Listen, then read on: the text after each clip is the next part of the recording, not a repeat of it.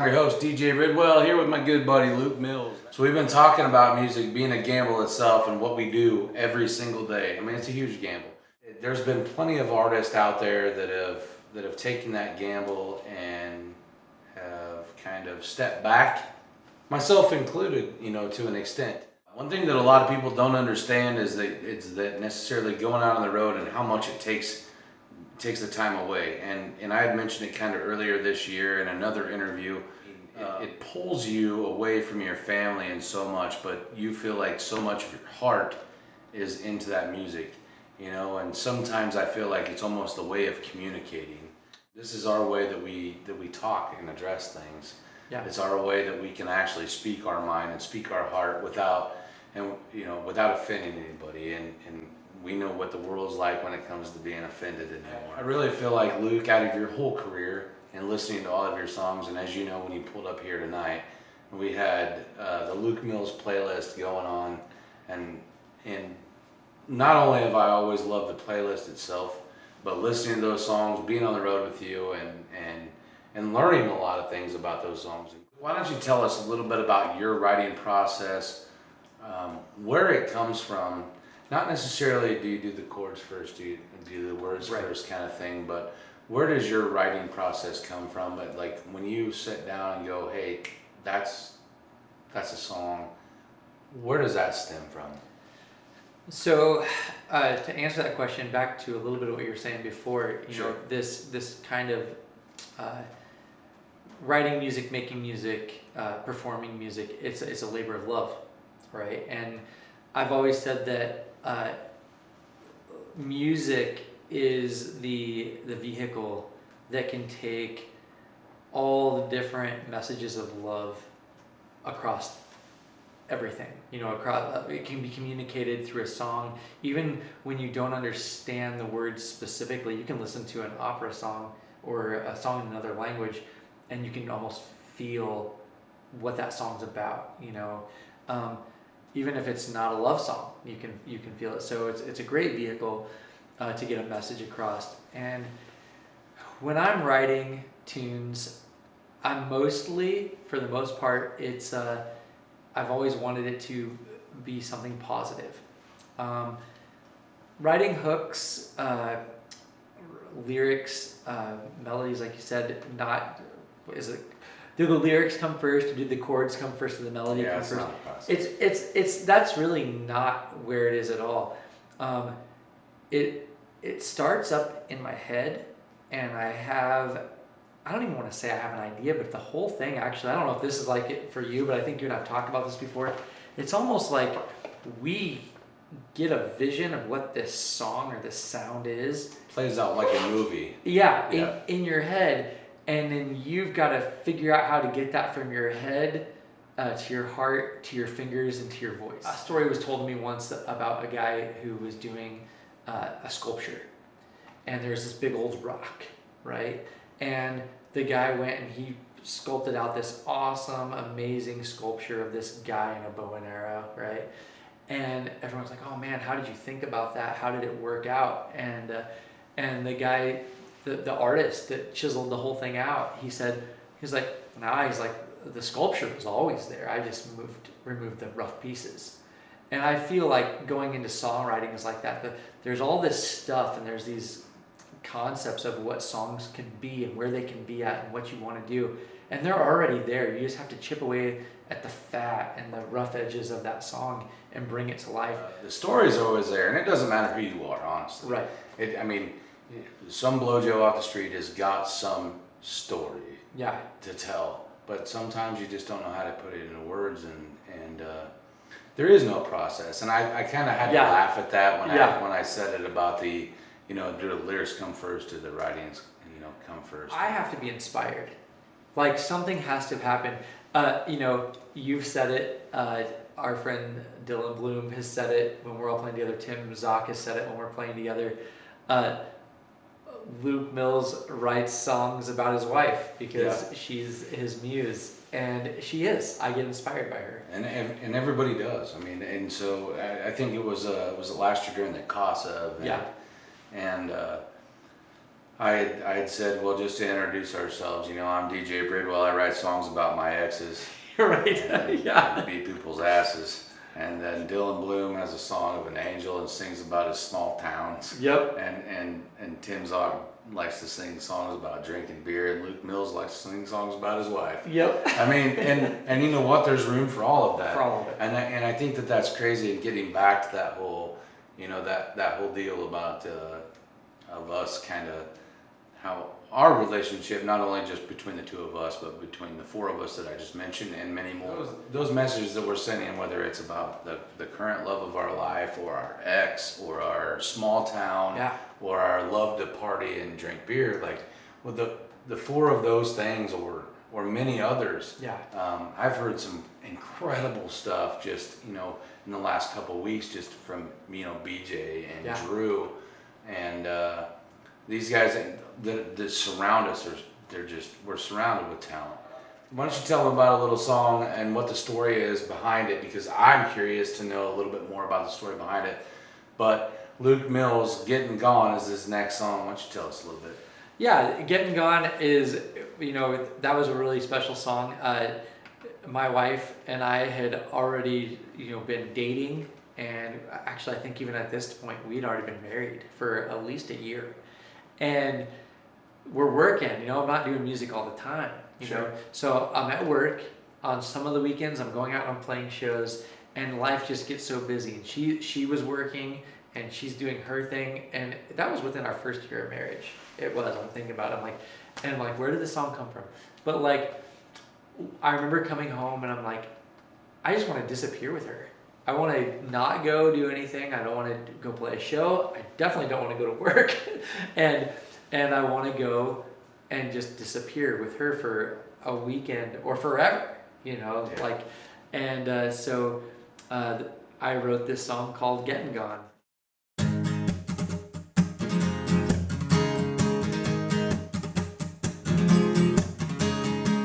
The whole world has gone and lost its mind.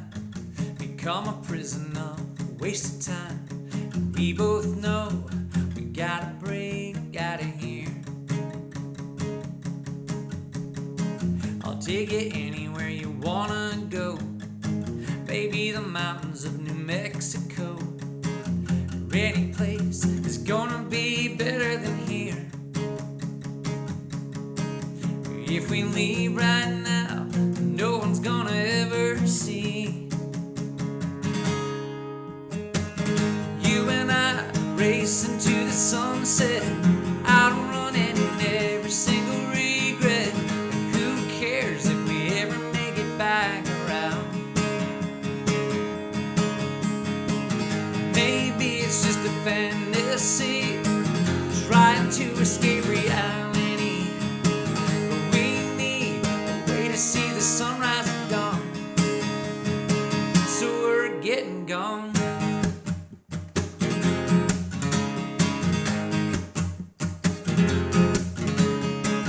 There's something in the air today, and I'm feeling like a getaway. And no one's ever gotta know where we are. 'Cause you and I need a great escape to an island in a secret place where nobody is ever gonna know our names. If we leave right now, no one's gonna ever see. 'Cause it's gonna be you and I racing to the sunset, outrunning every single regret. And who cares if we ever make it back around? Maybe it's just a fantasy, trying to escape reality. To see the sunrise and dawn. I think we need to get gone, gone, gone. It's just a matter of time till this fast-paced life up and leaves us behind. Ooh, whoa, whoa, so tired of just getting by. You know it's been too damn long since it was just me and you. And if you're feeling what I'm feeling, girl, you're feeling it too. So come on, come on. Let's go and take back our lives right now, as fast as we can. Grab a bottle of wine, stick our toes in the sand. Yeah, you and I racing to the sunset, outrunning every single regret. And who cares if we ever make it back around? I wanna leave this town, but then maybe it's just a fantasy, trying to escape reality. But we need a place to run, yeah. You and I gotta get away. You and I making our mistake. You and I are getting gone. Getting gone, yeah. We're getting gone. Pack your bags, 'cause baby, we're getting gone.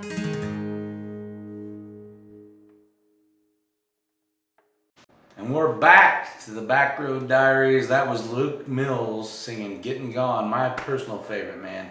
Luke, it's been awesome having you here tonight. And one more short segment before we kind of lead you into the end. But why don't you tell us what's been going on in Luke Mills' life that nobody knows? I mean, everyone knows that I do music. Everyone knows, at least I think everyone knows that I own a contracting company. You know, so I lay floors and do some projects. I'll post some pictures on my social media of what I've been working on. It's pretty cool.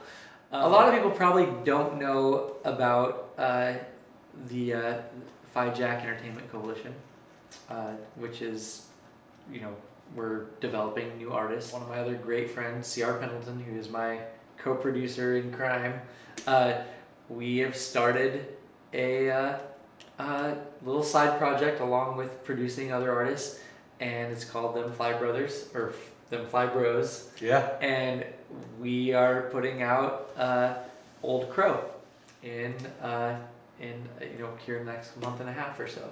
So that's gonna be cool. We've never gotten CR, even though he plays all the instruments on so many records that I've been on, and he's helped me produce. We got C.R. Pendleton on stage playing with us, playing the banjo in front of some big crowds for the first time in over a decade and a half. That a lot of people don't realize too, and some do, some don't. Yeah. A lot of people don't. Is that at this level, at our level, I mean, we still have contracting companies and we still manage businesses and Yes. and we do whatever else. We run a video cast or whatever it may be, man. But I want to talk about a specific instance in your life that that kind of led you up to a certain song that you wrote that we're going to introduce next, and that there's certain people out in this world that we don't necessarily know what they do for a living either, but it's the way that they carry themselves as an individual. And I guess this would be my preaching to the choir moment of, if you're rich, I don't give a shit. Yeah. I really don't. And if you're poor, I don't give a damn. Everybody can coexist in this world, and I think if there's anything that, any message that can be sent tonight through this conversation that you and I have done since day one, and we just got done talking about this once again off camera, that since day one, you and I have had this relationship that we just want to better people. Yes. And when it comes down to your songwriting, your fellow musician, whatever it may be, if you're a contractor, if you work at a damn elevator, Yeah. if you're a bookkeeper, or I mean, whatever it is that you do in life, that you don't have to treat other people like trash sometimes. And I think that's a great starting point to talk about your next song, one that you just released actually, Yeah. not too long ago, that you can find on Spotify. And before we get into that song too, I do kind of want to mention that Luke Mills also has a website, Luke Mills Music, LukeMills.io. LukeMills.io, Facebook page, Luke Mills, of course. Yeah. Instagram, Luke Mills, YouTube, Luke Mills, anywhere, and we'll throw some links down here on the bottom of the screen for you. But Luke, why don't you tell us a little bit about the inspiration of Rich Man? So, we were talking earlier about where these songs come from, and always wanting to be positive. So I am a contractor by trade, on top of doing music and running around the country trying to be a rock star. Get on my hands and knees, I lay floors. My dad taught me a great trade, and for the last 15 years, I've owned my own contracting company. And a few years ago, I've had the opportunity to work in some pretty amazing places, pretty amazing houses, brand new houses, multi-million-dollar houses that need some really nice finishing touches, things like that. And I was working for a guy who I can't tell you what he does. I don't know what he does. But definitely his parents were coming along and helping check out the house, and they had a lot of different contractors and electricians, plumbers, everybody's in the house. And I'm telling this story because it really set me off in a weird way. It got me thinking, this guy came into his house, there was something that he didn't like, and it wasn't going the way he wanted, or it wasn't getting done quick enough. He wasn't so much upset with me, but he just wasn't happy with the way the project overall was going with everybody. And I was finishing that day. So I was getting done with my work and the floor, and he was happy with all that. And I made sure that I wasn't part of the problem at all. But I got my check, and it just disturbed me so much how this guy reacted, almost like a 9-year-old throwing a tantrum. And I'm like, man, I don't even know if I could even tell somebody off like that, And I got my check, and I got in the truck, and I'm driving home, and I literally said to myself, I never want to be that guy, because he had really great people working on that job, and they were giving their best effort. And what ended up happening was, like, no matter how rich I get or not rich I get, no matter how much attention I get or not get, I made a commitment to myself that day that I was never going to treat people the way that guy was treating those other contractors and putting off a vibe. And I was like, man, that guy has so much money, like, why would you be upset if you had that much money? Right. Because to me, it's like, I work hard for my money, you work hard for your money. Sure. And we don't have $1 million in our bank accounts. Like, I wish I did. But what we do have, we're rich in other ways. And it took me back to what the Bible says about, in that moment, about the rich man. And the Bible says that it'll be easier to pull a camel through the eye of a needle than it will be for a rich man to make it into heaven, because he has everything, but he's not happy. So the Bible also talks about wealthy men. And wealthy men are a different breed of men. They have money, they have all these things, but they're also taking care of their family. They're inspiring other people to do well. They're rewarding people that do well. And they're encouraging with what they've been blessed with. And so I was like, I want to be a wealthy man. And I thought to myself, I was like, I ain't nothing but a rich man. Like, as if it was something low, Right. And I feel that way, I do. And so in my head, I wrote this song in about 15 minutes on the way home. I wrote Rich Man. And then when I got home, I put it to guitar, and it just flowed. I wrote that song in literally within the 15 minutes driving home in my head, and then it just came out. Well, thank you guys so much for tuning in tonight.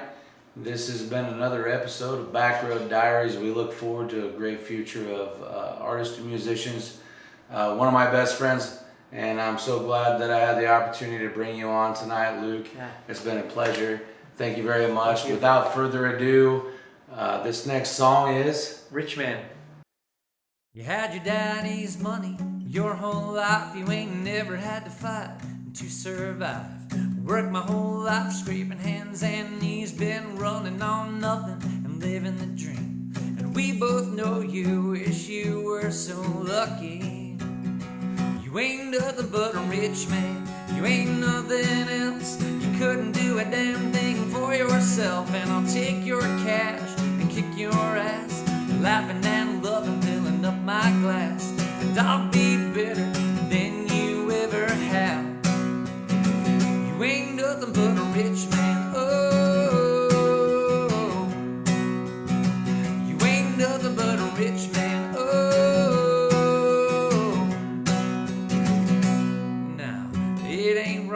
have a healthy hand, but you ain't above any other man.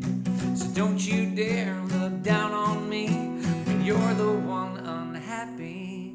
You ain't nothing but a rich man, you ain't nothing else. You couldn't do a damn thing for yourself, and I'll take your cash and kick your ass, laughing and loving, filling up my glass. And I'll be better than you ever have. You ain't nothing but a rich man, oh. You ain't nothing but a rich man, oh. Now, at the end of your life, the money won't go, so I will never sell my soul. Keep my eyes on things above and try to share the love.